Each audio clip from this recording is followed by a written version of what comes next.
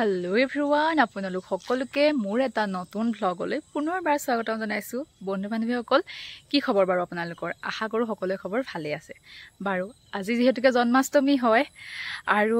এয়া মোৰ মিষ্টাৰৰ ঘৰত বা শহুৰ শাহুৰৰ ঘৰত প্ৰথম অকেজন হয় বা পূজা পাৰ্বণৰ ভিতৰত প্ৰথম মানে পাইছো। সেয়ে কি কৰো কি নকৰো আজি আপোনালোকক এটা ভ্লগৰ জৰিয়তে দেখাম বুলি ভাবিছো। আৰু আজি বতৰটো ইমান বেছি গৰম আছিল কি কম আৰু মানে কিন্তু কয় নহয় জন্মাষ্টমীৰ দিনাখন বৰষুণ দিয়ে সঁচাকৈ কালিও পুৰা ডাঙৰ গাজনি বৰষুণ আজিও কিনকিনকে বৰষুণ জাক দিলে সেয়ে বতৰটো একদম ঠাণ্ডা পৰিছে ভাল লাগিছে আৰু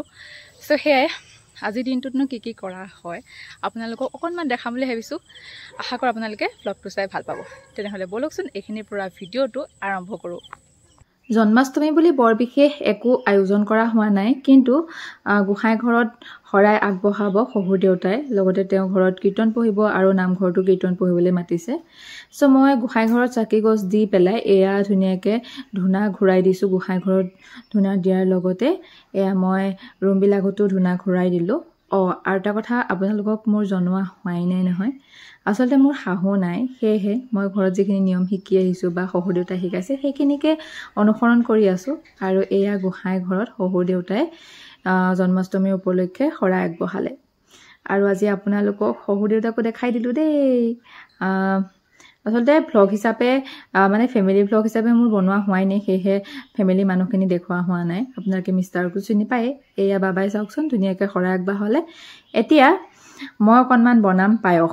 আজি কিন্তু ফাৰ্স্ট টাইম মই পায়স বনাইছো দেই মাৰ ঘৰটো মই পায়স বনাই পোৱা নাই মায়ে বনাই কিন্তু আজি বনাইছিলো ভালে হৈছিল বাৰু খাবলৈ কাৰণ মই ভইচ ওভাৰটো যেহেতুকে 5 দিনাখন দি আছো সেয়ে ভাল হৈছে বুলি কৈছো আৰু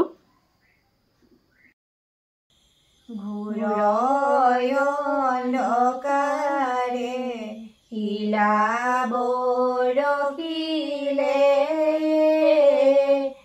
নুশুনি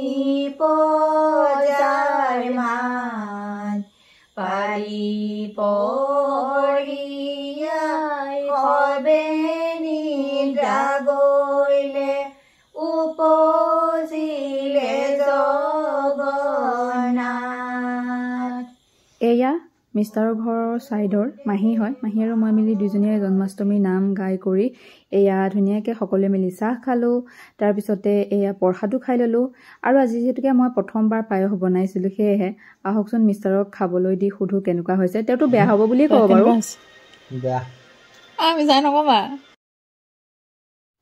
দেখিছেনে বাৰু ইমান মৰমত পায়স খাব দিলো আৰু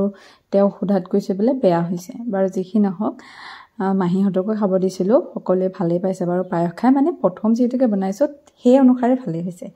এতিয়া ৰাতি সাজৰ কাৰণে যোগাৰ কৰি আছো আজি মটৰ ঘুগুনি বনাম সেয়ে এয়া ধুনীয়াকে মটৰ ঘুগুনি বনাই ললো এতিয়া বাকি আছে ৰুটি বনাবলৈ ৰুটি বনাই কৰি আৰু